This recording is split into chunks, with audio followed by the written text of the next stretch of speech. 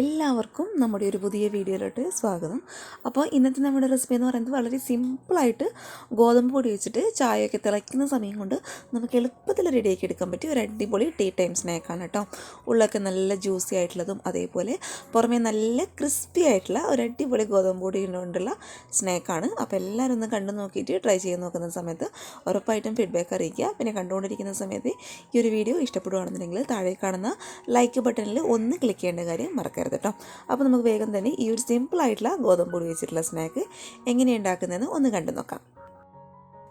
അപ്പോൾ അതിനായിട്ട് നമുക്ക് ആദ്യം തന്നെ ഇതുപോലുള്ളൊരു മിക്സിയുടെ ജാറിലോട്ട് ഈ ഒരു അളവിൽ, അതായത് 1 കപ്പോളം വരുന്ന വെള്ളം, നമ്മൾ ഏത് പാത്രത്തിലാണോ വെള്ളം എടുക്കുന്നത് അതേ പാത്രത്തിൽ തന്നെയായിരിക്കണം ഗോതമ്പ് പൊടി അളന്നെടുക്കേണ്ടത് കേട്ടോ.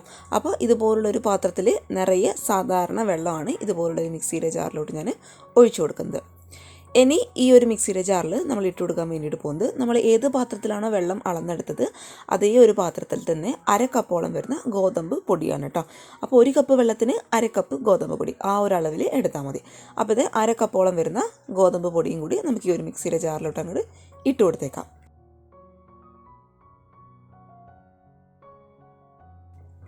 ഇനി ഇതിലോട്ട് ഒരു 2 ടേബിൾ സ്പൂൺ അളവിൽ മൈദയാണ് കേട്ടോ ഞാൻ ഇട്ട് കൊടുക്കുന്നത്. നമ്മുടെ ഈ സ്നാക്കിന് നല്ലൊരു സോഫ്റ്റ്നെസ് കിട്ടാൻ വേണ്ടിയിട്ടാണ് ഒരു 2 ടേബിൾ സ്പൂൺ അളവിൽ മൈദ നമ്മൾ ഈ ഒരു ഗോതമ്പ് പൊടിയിലോട്ട് അങ്ങോട്ട് ഇട്ട് കൊടുക്കുന്നത്. ഇനി ഇതെല്ലാം കൂടി നമുക്ക് മിക്സിയുടെ ജാറിലിട്ടിട്ട് നന്നായിട്ടൊന്ന് അടിച്ചിട്ടെടുക്കണം കേട്ടോ. അപ്പോൾ അടിച്ചെടുക്കുന്നതിന് മുന്നേ നന്നായിട്ട് സ്പൂൺ വെച്ചിട്ട് ഇതെല്ലാം കൂടി നന്നായിട്ടൊന്ന് മിക്സ് ചെയ്തിട്ട് കൊടുക്കുക. എന്തെങ്കിലും കട്ടകളൊക്കെ ഉണ്ടെന്നുണ്ടെങ്കിൽ നന്നായിട്ട് ഇതുപോലെ സ്പൂൺ വെച്ചിട്ട് ഒന്ന് ഇളക്കി കൊടുക്കുക കേട്ടോ. എന്നിട്ട് നമുക്കിത് മിക്സിയുടെ ജാറിലിട്ടിട്ട് നന്നായിട്ട് നല്ല സ്മൂത്തായിട്ട് വരുന്നത് വരെ ഒന്ന് അടിച്ചിട്ടെടുക്കാം. ഇനി നന്നായിട്ട് അടിച്ചെടുത്തിട്ടുള്ള ഈ ഒരു മാവ് ഇതുപോലുള്ളൊരു പാനിലോട്ട് മുഴുവനായിട്ട് ഞാൻ അങ്ങോട്ട് ഒഴിച്ചു കൊടുക്കുകയാണ്. ഇനി ഈ ഒരു മാവിലോട്ട് ഒരു മീഡിയം സൈസുള്ള സവാള ചെറുതായിട്ട് കട്ട് ചെയ്തിട്ട് ഇതുപോലെ അങ്ങോട്ട് ചേർത്ത് കൊടുത്തേക്കാം. അതേപോലെ കുറച്ച് കറിവേപ്പിലയും കൂടി ഞാൻ ഈ രീതിയിൽ ചെറുതായിട്ട് കട്ട് ചെയ്തിട്ട് ചേർത്ത് കൊടുക്കുന്നുണ്ട്. അതേപോലെ കാബേജ് ചെറുതായിട്ട് കട്ട് ചെയ്തിട്ട് ഞാൻ ഇതിലോട്ട് അങ്ങോട്ട് ഇട്ട് കൊടുക്കാണ് കേട്ടോ. എല്ലാം എടുക്കുന്ന സമയത്ത് ചെറുതായിട്ട് കട്ട് ചെയ്യുക, അപ്പോഴായിരിക്കും കഴിക്കാനായിട്ട് കൂടുതൽ ടേസ്റ്റ് ഉണ്ടാവുക. പിന്നെ ചെറിയൊരു പീസ് ക്യാരറ്റും ചെറുതായിട്ട് കട്ട് ചെയ്തിട്ട് നമുക്ക് ഇതിലോട്ട് അങ്ങോട്ട് ചേർത്ത് കൊടുത്തേക്കാം. പിന്നെ ഇഞ്ചി ചെറുതായിട്ട് നുറുക്കിയിട്ട് കട്ട് ചെയ്യുക, അതും കൂടി നമുക്ക് ഇതിലോട്ട് അങ്ങോട്ട് ചേർത്ത് കൊടുത്തേക്കാം. അതേപോലെ 2 പച്ചമുളകും ചെറുതായിട്ട് കട്ട് ചെയ്തിട്ട് ഞാൻ ഇട്ട് കൊടുക്കാൻ കേട്ടോ. പിന്നെ പച്ചമുളകൊക്കെ എടുക്കുന്ന സമയത്ത് നിങ്ങളുടെ എരിവിനനുസരിച്ചിട്ട് ഇട്ട് കൊടുക്കാം. പിന്നെ ഈ ഒരു മാവിന് ആവശ്യമായിട്ടുള്ള ഉപ്പും കൂടി നമുക്ക് ഈ ഒരു സമയത്ത് ഇതിലോട്ട് അങ്ങോട്ട് ചേർത്ത് കൊടുത്തേക്കാം. ഇനി അവസാനമായിട്ട് ഇതിലോട്ട് ഒരു പിഞ്ച് ഫുഡ് കളറും കൂടി ഞാൻ ചേർത്ത് കൊടുക്കാൻ കേട്ടോ. നിങ്ങൾ ഉണ്ടാക്കുന്ന സമയത്ത് ഇടണമെന്ന് ഒരു നിർബന്ധമില്ല. ഞാൻ ഫോട്ടോയൊക്കെ എടുക്കുമ്പോൾ ഒരു ഭംഗിക്ക് വേണ്ടിയിട്ട് മാത്രമേ ഇട്ട് കൊടുത്തതേ ഉള്ളൂ. ഇതെല്ലാം കൂടി നമുക്ക് നന്നായിട്ട് ഇതുപോലെ ഒന്ന് മിക്സ് ചെയ്തിട്ടെടുക്കാം. ഇനി അവസാനമായിട്ട് നമ്മളിതിലോട്ട് ചേർത്ത് കൊടുക്കാൻ വേണ്ടിയിട്ട് പോകുന്നത് ഒരു 3/4 ടീസ്പൂൺ അളവിൽ നല്ല എരിവുള്ള മുളക് പൊടിയാണ് കേട്ടോ.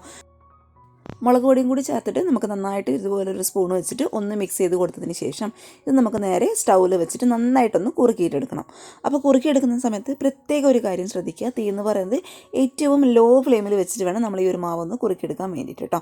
ഒരുപാട് ഹൈ ഫ്ലെയിമിലും മീഡിയം ഫ്ലെയിമിലും വെച്ചെന്ന് കഴിഞ്ഞാൽ ഈ ഒരു മാവ് പെട്ടെന്ന് അങ്ങോട്ട് കട്ട പിടിച്ച് പോകാനുള്ള ചാൻസ് ഉണ്ട്. അതുകൊണ്ട് ലോ ഫ്ലെയിമിൽ ഇട്ടിട്ട് നന്നായിട്ട് ഈ ഒരു മാവിനെ നമുക്കൊന്ന് കുറുക്കിയിട്ടെടുക്കാം. അപ്പോൾ ഈ ഒരു മാവ് നന്നായിട്ട് ഈ ഒരു രീതിയിൽ ഒന്ന് കുറുകി കിട്ടിയിട്ടുണ്ട് കേട്ടോ.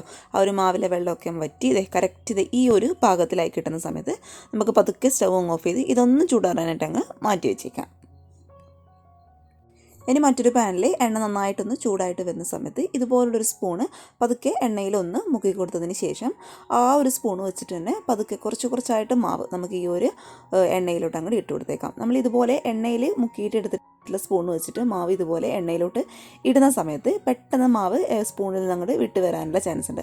അപ്പോൾ അതിന് വേണ്ടിയിട്ടാണ് എണ്ണയിൽ നന്നായിട്ടൊന്ന് ഡിപ്പ് ചെയ്ത് കൊടുത്തതിന് ശേഷം മാവ് നമ്മൾ ഈ ഒരു എണ്ണയിലോട്ട് അങ്ങോട്ട് ഇട്ട് കൊടുക്കുന്നത്. അപ്പോൾ ഈ ഒരു രീതിയിൽ തന്നെ ചെയ്യുക കേട്ടോ. കൈ വെച്ചിട്ട് നമ്മൾ ചെയ്യുന്ന സമയത്ത് ആ ഒരു കറക്റ്റ് എണ്ണയിലോട്ട് വീഴാതിരിക്കാനുള്ള ചാൻസാണുള്ളത്. അതുകൊണ്ട് പതുക്കെ സ്പൂണൊന്ന് എണ്ണയിലോട്ടിട്ട് ഡിപ്പ് ചെയ്ത് കൊടുത്തതിന് ശേഷം മാവ് നമുക്ക് ഈ ഒരു എണ്ണയിലോട്ട് അങ്ങോട്ട് ഇട്ട് കൊടുക്കാം. സ്പൂൺ ഉപയോഗിച്ചിട്ട് തന്നെ ഇട്ട് കൊടുക്കാം കേട്ടോ. അപ്പോൾ ഇതുപോലെ നന്നായിട്ടൊന്ന് ഫ്രൈ ആയിട്ട് വരുന്ന സമയത്ത് ഇത് പതുക്കെ എണ്ണയിൽ നിന്ന് അങ്ങനെ എടുത്ത് മാറ്റി കൊടുത്തേക്കാം.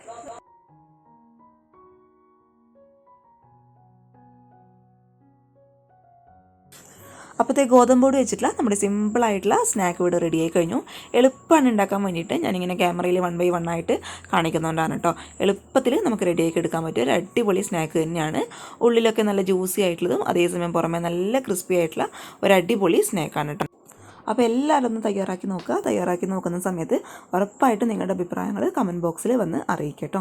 പിന്നെ ഈ ഒരു വീഡിയോ ഇഷ്ടപ്പെട്ടവർ വേഗം തന്നെ വീഡിയോ ഒന്ന് ലൈക്ക് ചെയ്തിട്ട് സപ്പോർട്ട് ചെയ്യണേ.